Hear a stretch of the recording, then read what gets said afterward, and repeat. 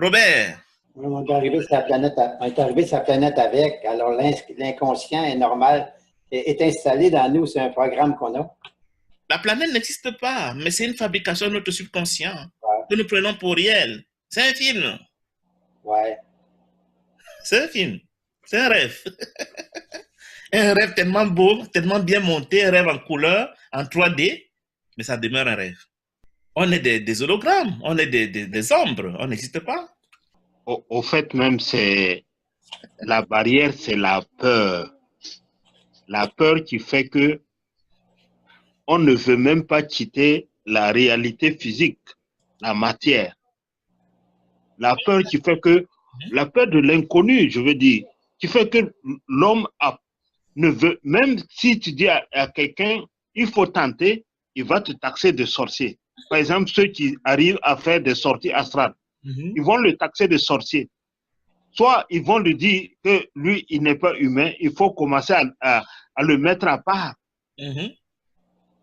Mais dès que cette personne fait l'expérience, elle change, elle n'a plus peur de la mort comme ça. Bon, il y a des trucs qui vont changer même en lui, dans sa compréhension de l'être humain. Mais la majorité qui ne connaît pas, la peur devient une barrière pour eux. Ils se voient, comme tu le dis, tu vois ta sécurité seulement dans le corps.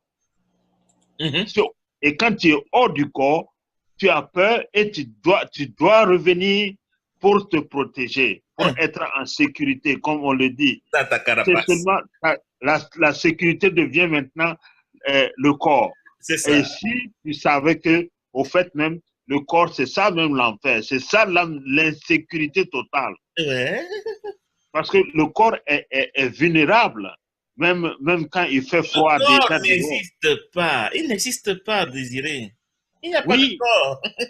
Oui, non, mais je me mets à la dimension de celui qui vient pour se réfugier dans le corps. Parce qu'il ne sait pas que le corps n'existe pas. Et en ce moment, il va prendre que voici, c'est ma cellule comme ça, je suis bien protégé, alors que c'est ta prison même, c'est la cellule de la prison comme ça. C'est ça, c'est ça. Oui. C'est un peu comme on attire les poules dans un piège avec des graines de maïs. Elles croient qu'on leur rend service alors qu'on est en train de les enfermer dans le poulailler. Oui. C'est un peu ça. Donc le corps, en même temps, il joue à nous protéger, à être notre sécurité, alors qu'en fait, c'est la cellule de prison par excellence dans laquelle nous sommes enfermés. C'est ça, Désiré. Donc, le plus grand adversaire du salut de l'homme, c'est le corps. Exactement. Tu ne peux pas être à la fois esprit et corps.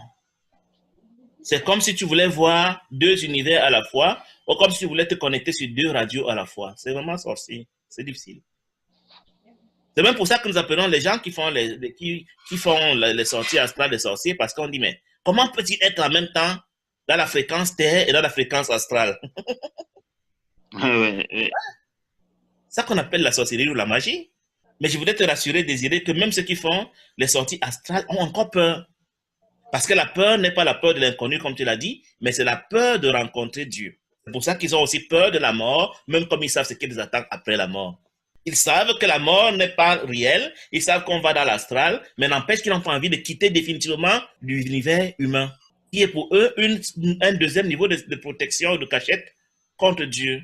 Donc tu as l'univers humain, tu as le corps physique qui sont nos cachettes pour nous éloigner de Dieu, pour consolider la séparation. C'est ça. Donc, pendant qu'on joue donc à aimer Dieu, on fabrique des religions pour faire semblant de l'aimer, mais en fait, on n'a pas envie de... C'est pour ça qu'on dit que tout le monde veut aller au ciel, personne ne veut mourir. Pourquoi? Hein? Parce que aller au ciel, c'est pour la littérature, c'est pour la religion, c'est pour faire semblant. Mais quand vient l'heure de mourir, c'est la panique. Aller chez Dieu? Même je croyais que tu voulais aller chez Dieu. Ah non. Seigneur, donne-moi encore quelques années de vie loin de toi, parce que loin de toi, je semble plus heureux que venir à toi. Et si on te donne deux ans de sursis, tu dis que voici, Dieu m'a béni. Ah oui, il m'a éloigné de lui pendant 2 ans de plus, c'est tant mieux. Le rencontrer, c'est pas mon premier choix. Mon premier choix, c'est être loin de lui. Dieu m'a protégé, je ne suis pas mort. Il n'a pas voulu que j'aille à lui. Il a trouvé que c'est mieux que je sois loin de lui encore pour 2 ans. Quelle bénédiction. Voilà les folies que nous disons, et puis on proclame ça, et puis on danse, on dit Alléluia, il est bon. On appelle même ça miracle. Oui, c'est un miracle. Le miracle de s'être éloigné. C'est merveilleux. Dans le miracle, le fait que Dieu t'ait éloigné de lui encore pour un certain temps. On l'a sauvé. On est sauvé de la mort, on est sauvé de la rencontre de Dieu. On est sauvé de la rencontre. C'est fou. C'est ce que nous disons dans nos religions. Ouais. Oh là là, c'est merveilleux. L'esprit est prisonnier du corps.